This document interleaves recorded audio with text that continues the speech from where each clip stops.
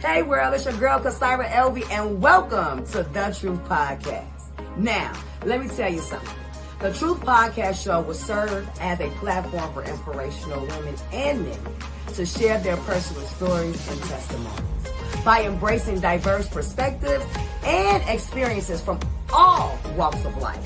This podcast fosters a community of healing and growth. And my mission is to provide a space for individuals to find solace and inspiration in the powerful narratives of others who have overcome adversity. In addition to feature inspirational stories, I shed light on various organizations making a difference within our community and offer valuable resources to support listeners on their personal journey towards healing. Now, if you have a story that you feel is powerful and inspirational, then make sure that you contact me at truthpodcastshow.com and let's talk about you being a guest on our show as well. All right, I'm your girl, Kasira Elvie. Make sure you tune in Monday nights at 8 p.m. Central Time. Peace out. What up, world? It's your girl, Kasira Elvie. And yes, this is The Truth Podcast Show, y'all. We made it another Monday. Did y'all miss me? I missed you all. And so I'm super excited today. One thing I want to just first start off with, this conversation that we'll be having, my inspirational woman of the evening that will be on here. I just want to let you all know that there will be some type of sensitive information. Stories may trigger some people that has dealt with grief or some type of trauma due to violence. So I just want to give you all heads up now to let you know about that. Also, I want to let you all know that we're going to go ahead and pray. And then I'm going to read some information about my Inspirational Woman's organization. So let's get into it. Heavenly Father, we thank you for today, Father God. We ask that today would be a show that it would help someone, it will comfort someone, it will give someone encouragement, knowledge, and wisdom of things that they may need to do in their situation, Father God. We pray that you will use our guests and that it will be a show that will flow with the Holy Spirit. In Jesus' name, amen. So I met this young lady last year. And so the organization is All Black Women Matters. I'm going to go ahead and read what her services does, and then we're going to go ahead and bring her on to the Truth Podcast Show. So it said her services, our organization work with families of murdered and missing Black women to educate them on how to investigate their own cases. Black women have literally become an endangered species.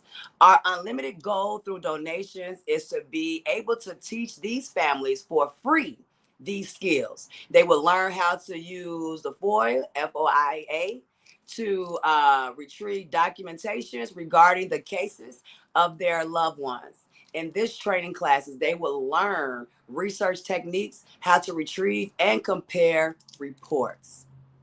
Now, I love that because as a Black woman myself, we definitely sometimes still get ignored or we're not important enough for the next nationality. So with that being said, I would love to introduce the founder of All Black Women's Matter, Tracey Maxey. Hey, sis. Hey, how you doing? I am wonderful. Thank you once again for joining my show. I think this is going to be such a great topic today. And I definitely want to continue to bring more awareness out to your organization. And it may be someone else that also is doing the same thing you have, and we can collide and be a unit and make it grow. Exactly. Bigger. Yes. So once again, I want to thank you. And so the reason, before we even do that, my favorite famous line, tell us, who is Tracey? Oh my goodness. Okay, who is Tracey? Well, Tracey is a woman who was raised and born in Chicago. And I've always been a person that wants to help somebody. If I'm for the underdog. Me Uh, too. Yeah. all my life, I've never lived anywhere else, and so I've seen a lot of things in my life. My lifetime going on in Chicago, and it appears that nothing gets done about it. So I went to paralegal school in 1993. I went to paralegal school, and what happened was I was working at the Cook County Jail way back in the early '90s. Hmm. And for a reason I don't want to get involved, some unforeseen reason, I was terminated.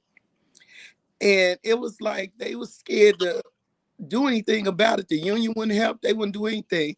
And so that's what drove me to say, okay, this will never happen to me again with anything, not just that situation, but whether there was landlord tenant issues or anything like that. I was like, not going to happen anymore. And so the attorney that I hired, I was like, you're going to have to give me a job until you finish with this case. And so that's when I started utilizing my skills of what I knew how to do as far as reading, writing, researching, and everything. Because as a kid, I always said, I want to be an attorney. I want to be a lawyer. I want to be a lawyer. But long story short, that's why I got my start at working with an attorney, William Laws. Shout out to him if you ever see this. Okay. And so what I learned from him was more valuable than any money I could have ever got paid. And so that's when I went to school to be a paralegal, and I've been doing it ever since. So I love it. Listen, and little did you know that God was already really kind of preparing you for what you're doing now with your organization. And one thing that I love is the fact that you willing to give your services, your research, your heart, your soul to help someone for free. That's one thing that we lack, especially to me, my personal opinion, mostly in our Black communities. We are the ones that will give you even skyrocket prices just to help fix you or help you. And so that is good because that's what I aim for to do, with the services that I try research. I just want to help because I remember when I was down and out, I didn't know.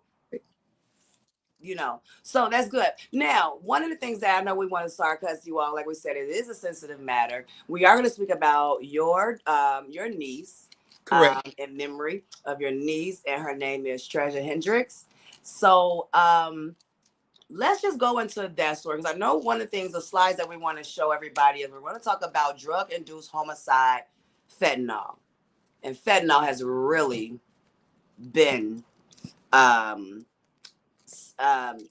what's the right words to say? I just know so many cases right now, even close to me, that had some type of situation with fentanyl or losing a loved one. Yeah, So, it's number one. And so I guess one of the good things right now it hit Washington D.C. It has become even before the new administration, it had they had become aware of how bad this is, mhm, mhm. and how much we need to combat this situation because it's deadly. Yeah, it is. Let's look.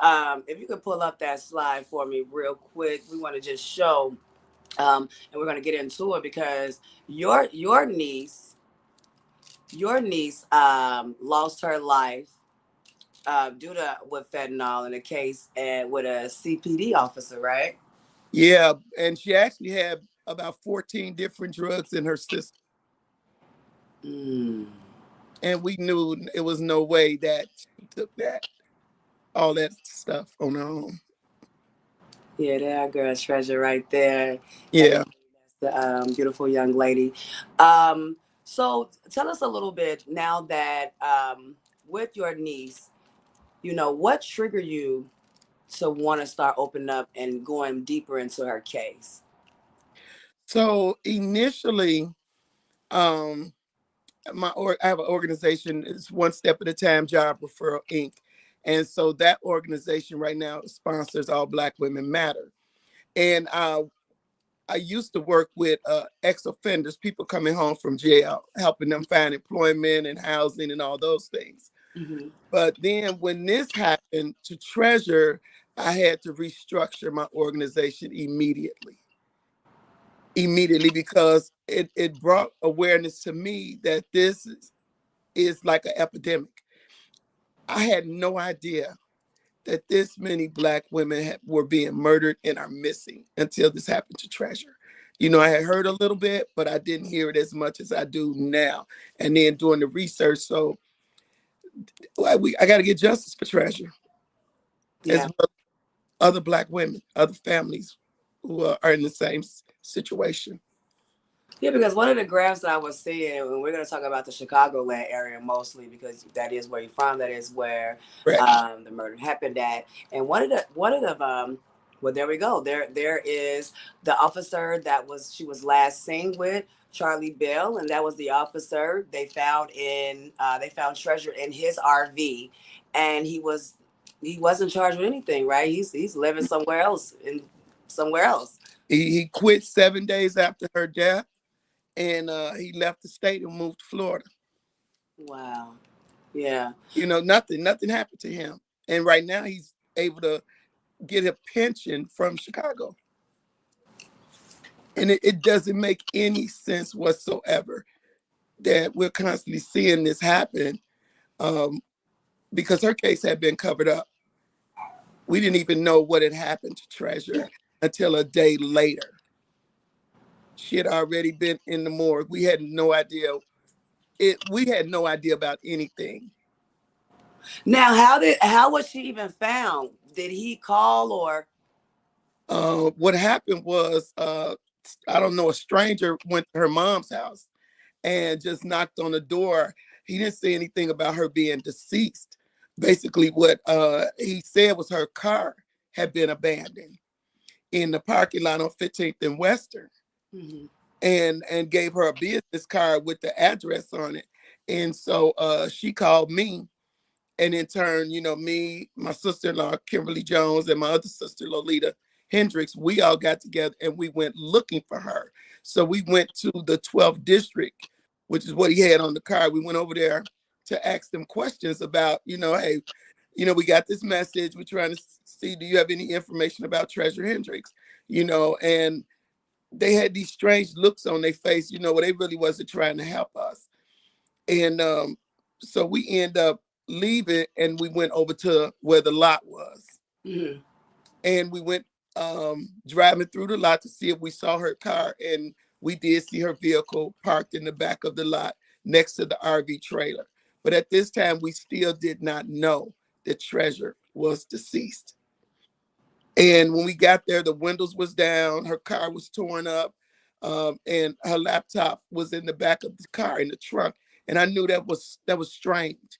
Treasure would never leave her laptop unattended. And so at this time, we didn't see any yellow tape. We didn't see anything that would resemble something that just happened there. And so as we were leaving, my sister got out and talked to one of the truck drivers. And he told her, yes, yes, I seen them with a Black girl back there, back there. I could tell she was deceased. They brought her body out. And when he said that, you know, just bells started going off, because we were going to go to the hospitals after that. But then when he Yeah. said that, we went straight over to the morgue. And that's when we found out that Treasure was at the morgue. And we still didn't know how or And anything the like police didn't even contact you. So that. basically, was she almost like a what they call it, a Jane Doe? Like if you don't have any ID or anything on you. She had identification on her, and that's the problem. That's the Wow. main problem, because if her ID was up to date, nobody came to the house. You know, they actually had her identification, but you never came. And she had been knowing Charlie Bell well over 5 years. So it wasn't like he was a stranger. But I guess in a sense, he was a stranger because she never thought he would take her life. Right. And for even him to, because he's the one that supposedly found her unresponsive, right? That's his claim. That's his claim, that he found her unresponsive, and it just didn't make any sense, because his claim is, want to say she came here all drunk and high. And so I'm always asking a question. So let me see, you're a police officer and you're a doctor as well. You're a police officer and a chemist as well. At what point did you take a drug test during all of this time. For you Yeah. to precisely, she had drugs in her system unless he gave them to her. Yeah. So even like, so when you went to the morgue and you all viewed the body, did you go back to the police station to get a different response or? So nowadays they don't let you do that anymore. So we didn't even get to see her. They just let us know that she was there. And the next steps normally be, the family contacts a funeral home and stuff like that. But we never got to see her at the morgue. They don't do that anymore, where they let you actually see them. Oh, I didn't know that. I didn't know because I Yeah, know. unless it's some other reason. But even then, they don't let you physically see them. They used to have a TV camera where you look into a TV screen and say, "Yeah, that's him. Yeah, that's her." But they didn't even do that. They Hmm. didn't do that. And So so so even after that, like what happened after that to trigger to say no, something's just not right. I said that after when we went to the morgue, and then I realized that she had been there the day before, and I was like, something ain't right. If this happened yesterday, because we didn't find out till the 20th of August, she was pronounced dead on the 19th at 8:48 in the morning. So it went that whole day, and we never knew what had happened to Treasure. So that's what gave me, in the background I have, that's when it was suspicious to me, because I'm like, hold on. And I immediately said, okay, we need to try to get a second autopsy done. I said, because I don't know, I don't trust them. Something ain't right. And I didn't know Charlie Bell Mm-hmm. personally, or I had never really heard of him but one time. So I just knew something wasn't right, because I felt like this should have been on the news. Mm-hmm. When I first found out, I said, it should have said breaking news. The body of a 35-year-old Black woman was found deceased in an RV trailer of a Chicago police officer. None of that happened. Why? There's no excuse. Mm-hmm. Why So was how did it? Because it yeah, did. What? I'm sorry, you went I out. was saying, why wasn't her story put on immediately? Right. I was just about to ask you how long did it take before? Because we know that it did finally go to the media, but how long did it take for even Treasure's story to get out there? Oh my God. It's like of course her mother was really upset, but I'm like, we got to get this out here. We got to get this out here. But her story didn't get out until like October. I just got That's tired. I'm like, August. happening, and I put flyers up all over in that area and everything, hoping that somebody saw something or know something. And just so happened, there was a lady. She her name is Tamiko Holt.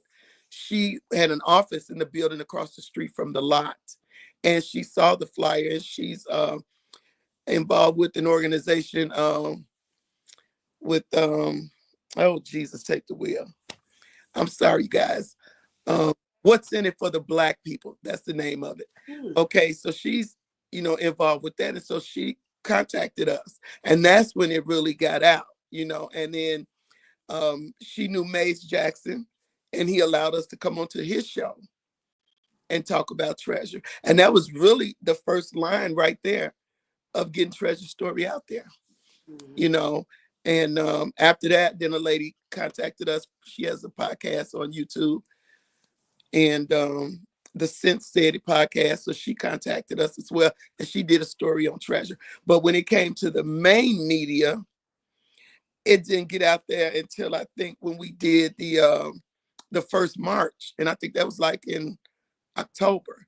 Um, and the only reason it made it to TV was because of Tia Ewing on Fox 32. She had communicated with me, and then she sent out a cameraman, and that's how it first got mainstream media news. Now, at this time too, was did you already? Well, I know not already like that, but hey, better senses. So when did you start the organization where all Black women matter? That's better than what I was going to say. Well, I started it like basically immediately, like when we started the march, which was like in October. because I already had my organization since 2005 where I was working with ex-offenders. But Mm-hmm. then when this happened to Treasure, I switched gears. I switched gears because it let me see just how bad this is, that Black women are coming up murdered and missing with no investigations, none. We got a pie graph too that I'm just pulling up on my other phone. You all, while y'all keep seeing me look away. We want to talk about even just showing like the difference when you was talking about how we're so used to probably hearing about the gun, like we don't hear about just other ways that you can murder. Well, you go ahead. You explain it better than I Okay. can. Yes, in this graph, this is taken from January of 2025 to Mm. this date is April. This one was April 5th, I believe, of 2025. But it's showing you, you see the graph, and it's showing you that 84% Mm-hmm. are from based on the gunshot victims. And then at 13% is something else. But when you look at the other side where it says dated is updated through April 5th, you look at out of the amount of homicides, 19, 18 at that time, female. Oh, okay. Yeah, we're looking at that one as Sex Chicago homicide victims. Yeah, that right there. Yeah, the numbers have moved up actually. I know by the 12th of April it was at 105. And so now, as of this date, it's probably going up as well. But the thing is, this graph is only talking about um, people who have been gunned down. Yeah. Okay, if you look at the bottom graph, you see the percentage. It's telling you that 72 of these 79. victims were Black, only 4 were white, and only 20 were Hispanic. So it's clearly showing you that the majority of people that's really being murdered out here, even by gun violence, are Black. And that's not a good thing. And then when you're looking at it, that 18 were female and 79 were male. That's a problem. Mm-hmm. And then the fact that now it's got to be more because, see, they're only reporting on the deaths of people who were killed by a gun. What about the women who were killed by domestic abuse, who may have been raped and murdered, drugged and murdered, beat to death? None of that is in these statistics. And that's a problem. And that's why I'm so driven in not just finding out about Treasure's murder, but about other Black women who have been murdered or are missing in the city of Chicago, and nothing's being done about it. And Mm-hmm. so the goal is to be able to use my skills to teach, these other families, to give them their power back Yeah. Yeah.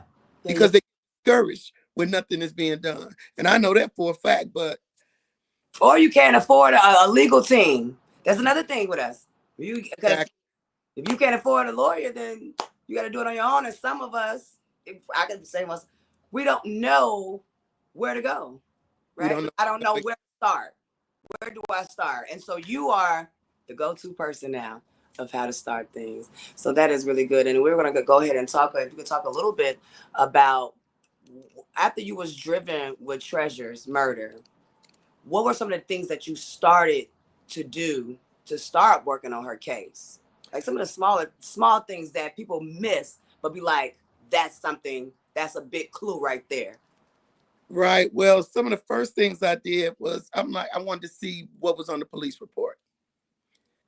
I wanted to see what did they put on this report? What happened? Because nobody never told us anything. Nobody. And when we did finally get to speak to the detective, his name was Joseph Montanaro. It's already out there in reports and on TV. So it's not like I'm saying his name just to be, Mm-hmm. trying to throw somebody under the bus. But he was the detective on the case, and he really treated us like garbage. Wow. When we put it up on social media to try to see if somebody saw something, he told my mother and Treasure's mother uh, that he would get a cease and desist against them if they didn't take it down. And I'm like, really? Because people put up flyers about their dogs being lost, and you telling us we can't put up a flyer about the death of our loved one. And so he never really did anything. He never did really anything. And so that's what kept me like, okay, this is not gonna work. This is not gonna work for me. And when we met him, one time he met with us, and that was at the Chicago Public Library. He would not allow us to even come into the police station. Wow. He told us nobody's gonna talk to you. Oh, he simply just said that. He said that nobody's gonna talk to you anyway. I said, who goes to a public library to have a meeting about the death of your loved one? Who does that? Who does that? With such a part where you could tell you all are covering up something. I knew something was going on, because that just didn't make no sense. Because one thing, in a police station, you got what? You got cameras and you got recorders and everything. So if we had been able to be in a room, it probably would have been recorded or something. So what are you afraid of? I've never heard that before, that you take the family of a murder victim to a public library to talk to them. That didn't make sense. Yeah, it doesn't make sense. What's pushing me? That's when I got to find out what happened. Mm-hmm. And most families get discouraged when this stuff happens. And then on top of it all, he closed the case and never said anything to her mother to this day. Didn't notify the family? Did not notify the family. He closed out the case. Wow. And didn't even notify that. Now that's another smack in the face. Something's not right. Something's not right. And that's when you have to step up and do what you have to do to find out what happened.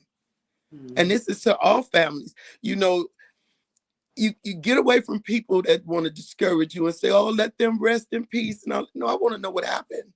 Mm-hmm. We are just as good as anybody else.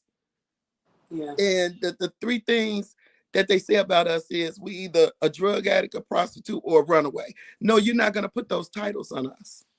We deserve investigations just like everybody else. Everybody else, just like if it was their family member. Exactly. And let me ask you this. I mean, obviously may not, but I still want to ask because I don't know fully. There's no way to is there a way to complain about the police? Oh, we did that. We filed a complaint with COPA. They did absolutely nothing. And I just couldn't understand that, because we're talking about somebody that lost their lives. And so I see how they operate now too. But the lady who was there, she's no longer there. Who was running COPA, you know, when this happened to Treasure, but they did absolutely nothing. And you know, about it again is he's a white male, she's a black woman. Exactly. And what they did was, unfortunately, at 19 years old, Treasure got into some trouble, and she ended up incarcerated. And they said that it was for attempt murder and aggravated assault. But see, they didn't give the details of why Treasure went to jail. They didn't tell anybody that Treasure was defending her friend at her job. They didn't tell that part. They didn't tell the part about the lady assaulted Treasure first and she defended herself. They didn't tell that part because they wanted to smear her and make it look like she's this violent person. But see, they don't tell the whole story. Yeah. And so that's what they did, victimize the victim. Mm-hmm. They put a mugshot all up on TV. What was the purpose of that? Regardless of whether they did all of this even within when it got on not social media, but when it got on a platform. Yeah, when it first happened and we started talking about it more, when they brought it out after we brought it out. So now instead of talking about Charlie Bell's behavior and his lifestyle, which is grimy, they didn't do that. Right, you're trying to narrative her personality, her character. You know what we're gonna do before we finish this? We're gonna take a quick commercial break and we'll be right back with Tracey Maxey.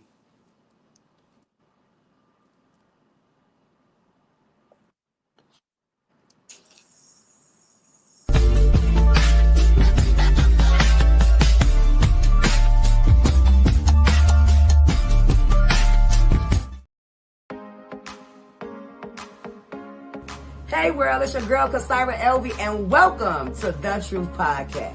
Now, let me tell you something. The Truth Podcast show will serve as a platform for inspirational women and men to share their personal stories and testimonies by embracing diverse perspectives and experiences from all walks of life.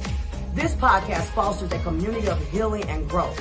And my mission is to provide a space for individuals to find solace and inspiration in the powerful narratives of others who have overcome adversity.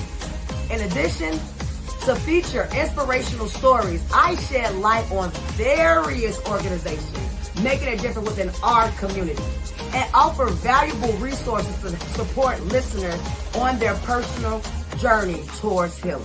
Now, if you have a story that you feel is powerful and inspirational, then make sure that you contact me at truthpodcastshow.com and let's talk about you being a guest on our show as well.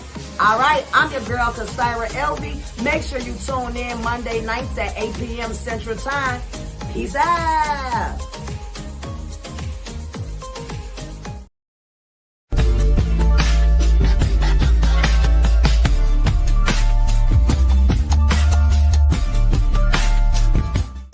Hey world, it's your girl Kasira Elvie from the Truth Podcast Show. Make sure you tune in April 28th, Monday at 8 p.m. Central Time to hear our inspirational woman of the evening, Danielle Wells. April is Sexual Assault Awareness Month.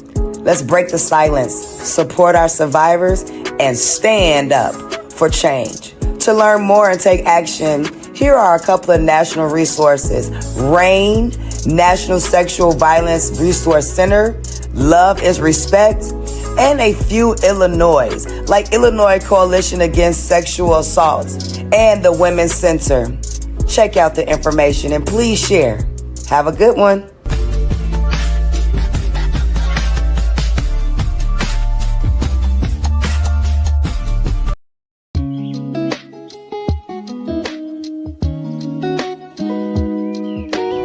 Discover the perfect opportunity to promote your business, organization, or event with the Truth Podcast Show. If you're interested in expanding your reach and gaining more attention, we'd love to hear from you. To learn more and explore collaboration possibilities, please reach out to us at 708-250-5715 or email truthpodcastshow@gmail.com. Don't miss out on this chance to elevate your brand and connect with our engaging audience.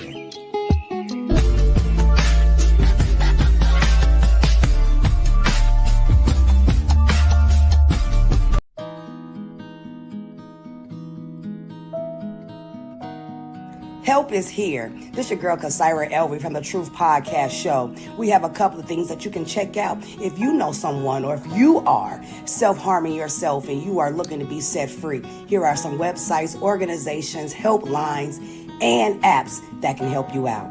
Talk to you later.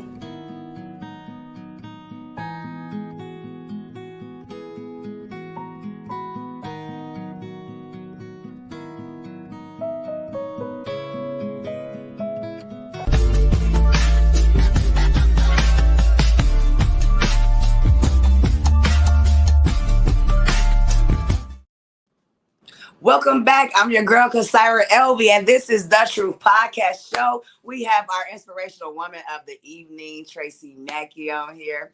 And I am super glad she has an organization, All Black Women Matter. And so we were just talking a little bit about her story, about her niece, Treasure Hendricks, that was murdered.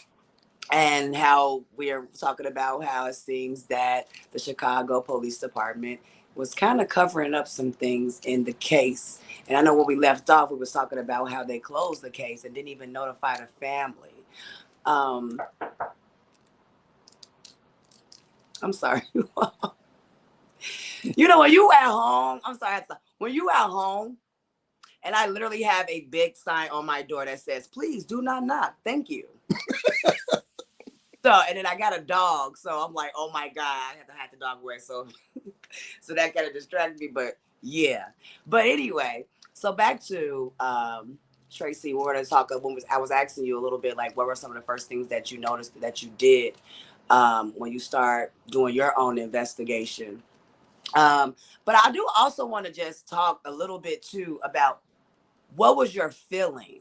Like, I know you was probably still like, if you could tell us a little bit of what the family was going through. Like, I know emotions also driven you to start investigating her murder case. So Yeah, it was just total disbelief because Treasure was the one in the family that was, I mean, she was when she walked in the room, it was like, it's gonna be a party, y'all. You know, she supported everybody, graduations, um, anything that you had. Treasure was there, picnic, birthday. She was one of the ones that ain't gonna say, I can't come. Even if she stayed 15 minutes, she was there. And she was my first niece, mm. you know, so we had a really, really close bond. And she loved the fact that I was a paralegal. She always said, AT, my AT a paralegal. I'm like, shh. She said, we might have to, look up something. You don't want everybody to know. And she was like, but you are AT. I said, yeah, okay. And so I missed those things, and that was her mother's first child. Mm. Her mother has two daughters. So Treasure was the oldest. And she had a sister 5 years younger than her. So she was building a bond for 5 years with her mom before, her sister came. So the fact that it was violent and that this person knew her mom, but you had no decency whatsoever to even pick up the phone and call her mom or go over there. To me, if you didn't have anything to do with it, that should have been his first thing to do. Yeah. After you contact 911. But he didn't even call 911 right away. And that's a problem for me. See, those things, when I looked at the police report, those are the things that I'm like, no, Yeah. something ain't right. And I'm reading it and I'm saying, you giving descriptions of her, but how would you know?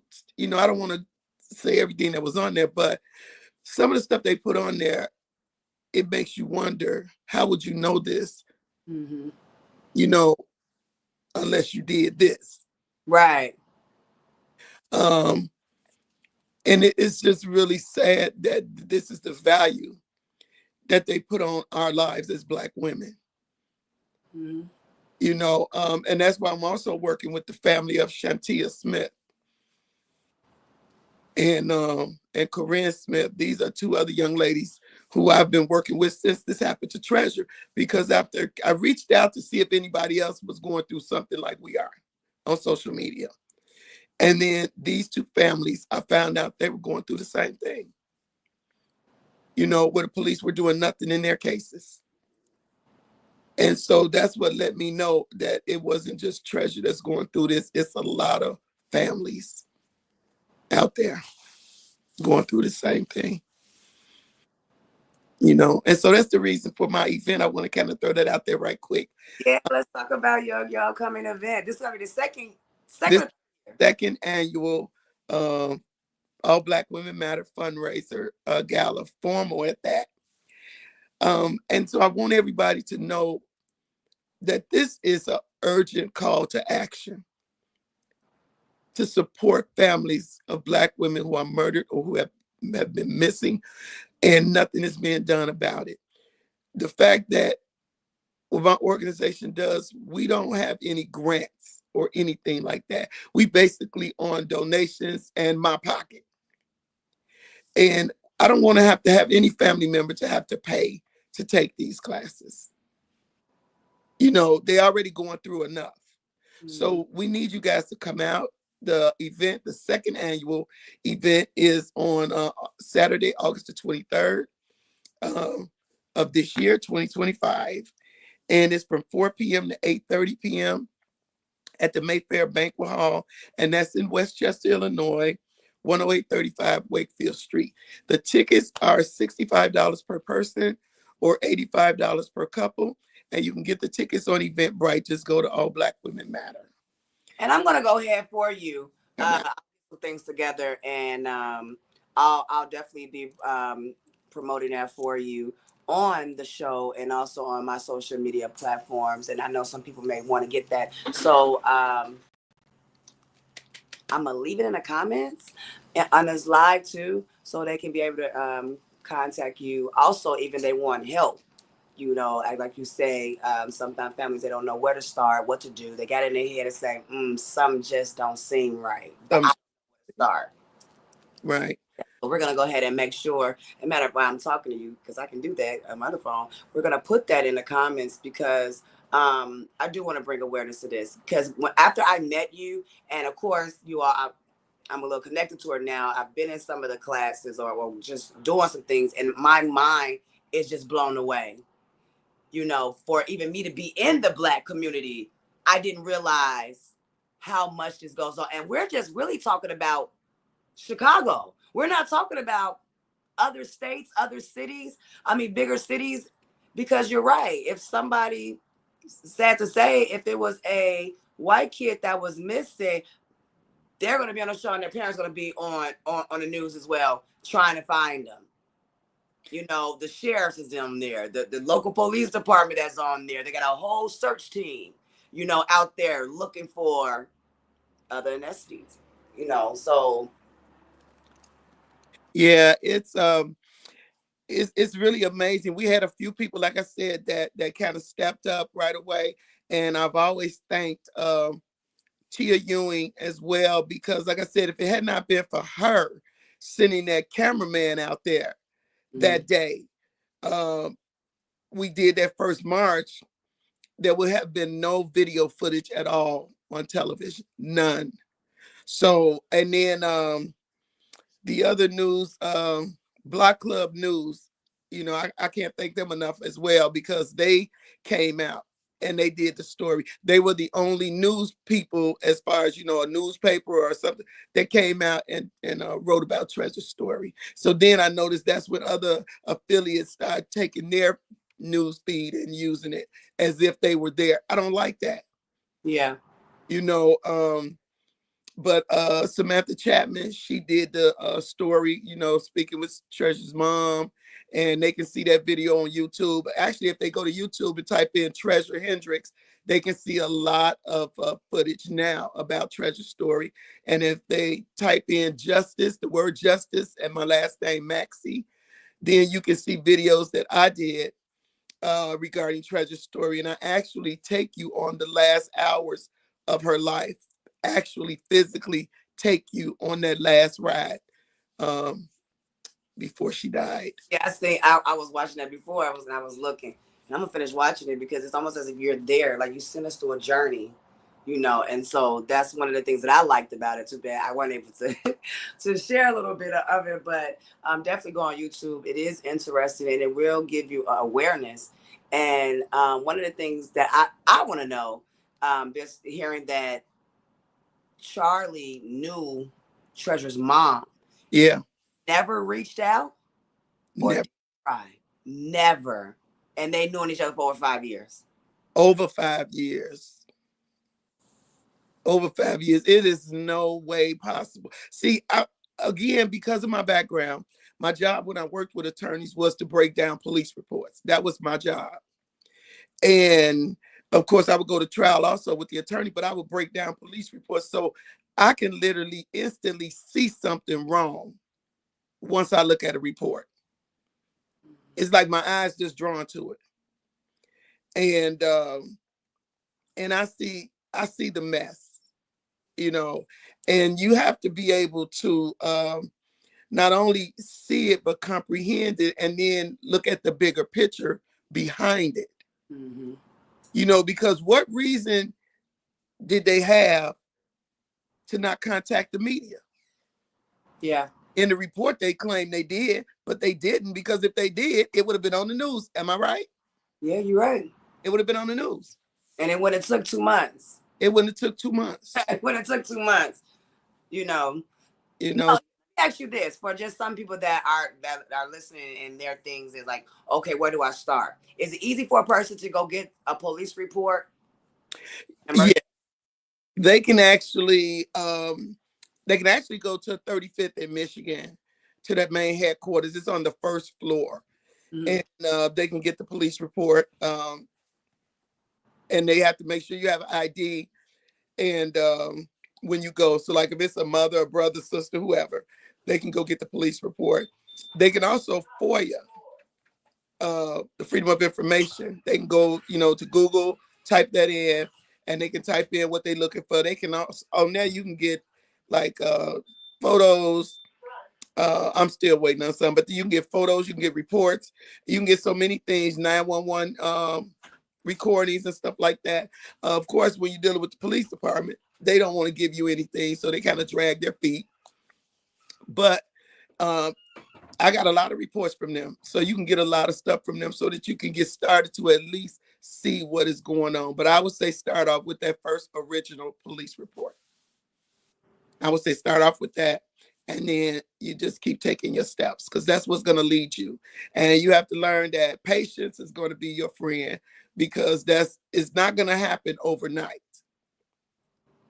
It's not going to happen overnight. And it's hard because I haven't been able to really grieve Treasure yet because I have to, Because you want to find out what happened. exactly what exactly happened. Because again, you never let us come into the police station.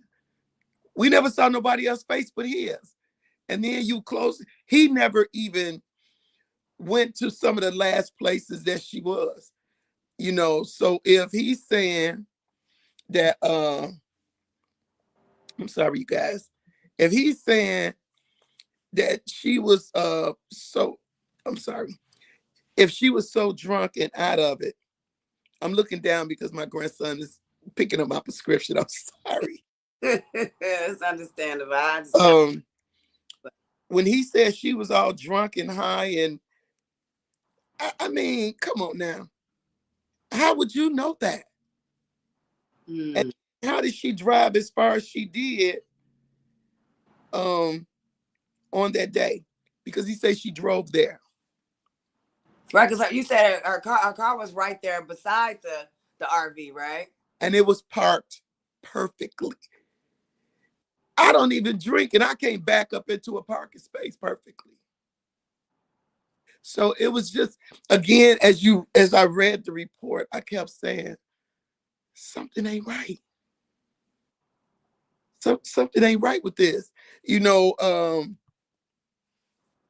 I need to see this report. I need to see that report. Or why is the detective not doing this and not doing that? So sometimes people watching that 48-hour stuff and all of that, all detectives ain't trying to find out what happened, especially when it's one of their own involved. They ain't trying to do that. You know, and internal affairs didn't do anything. And then my sister, she started going to the meetings of the police board meetings. I promise you, it's so pathetic how Chicago operates when it comes to investigations of Black women, because they gave us the runaround at the police board meetings. Oh, we're gonna call. We never heard from them, never. And so we have to do these things on our own. I'm not telling anybody to go out to the crime scene, Yeah. but you gotta follow the paperwork. Make a timeline. Make a timeline. Don't get discouraged. Whatever you do, don't let people put it in your ear all day gone and let them rest in peace and all that. If it's not their kid, their loved one, they don't know what you're feeling. They don't know what you're feeling.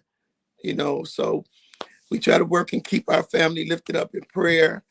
And I'm not, going to discourage anybody. I encourage you, to reach out. Reach out. There, and you do help.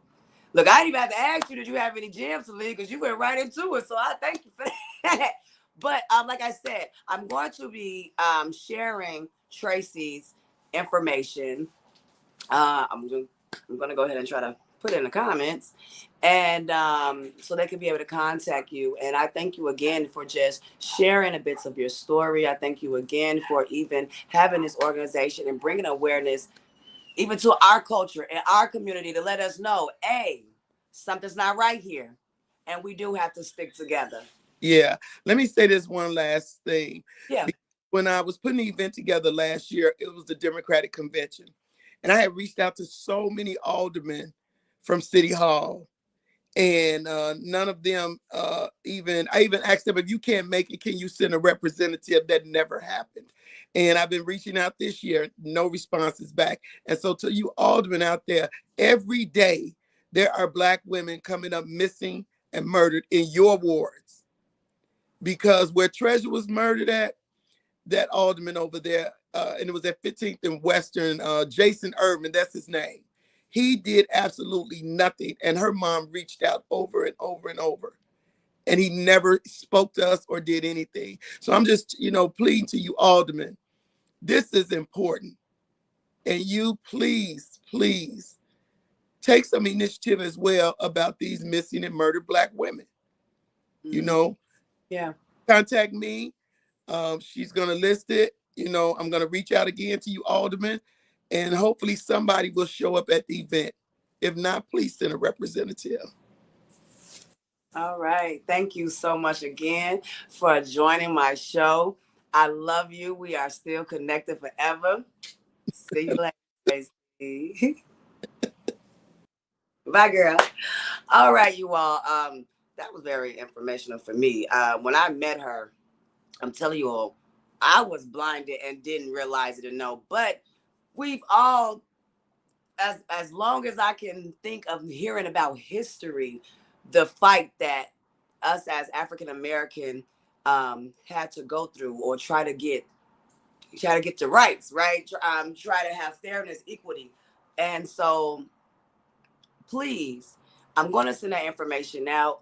Please share, even with someone that you know that is probably still missing, a Black woman that is missing, or a Black woman that was murdered and the case is closed. It was very hard for me to hear what they had to go through. So with that being said, I'm going to share that information. Also, just to let you all know that we know that April is Sexual Assault Awareness Month. And I'm letting you know, I did say our next Inspirational Woman of the Evening next week will be Danielle Wells. And we're going to be talking about sex trafficking. So there's going to be another sensitive topic.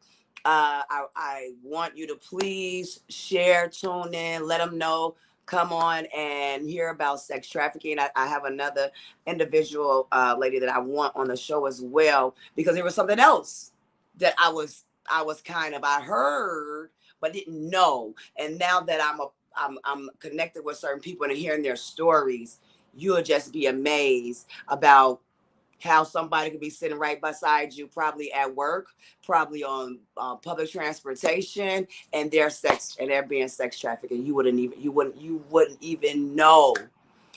So I think I want to bring that awareness out too.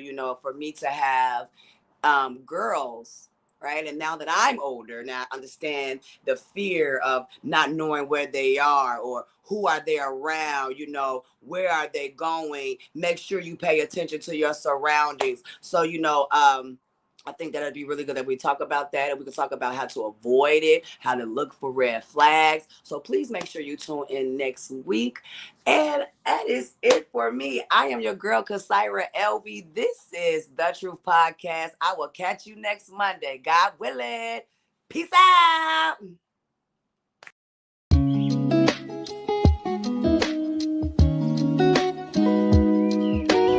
Discover the perfect opportunity to promote your business, organization, or event with the Truth Podcast Show. If you're interested in expanding your reach and gaining more attention, we'd love to hear from you. To learn more and explore collaboration possibilities, please reach out to us at 708-250-5715 or email truthpodcastshow@gmail.com. Don't miss out on this chance to elevate your brand and connect with our engaging audience.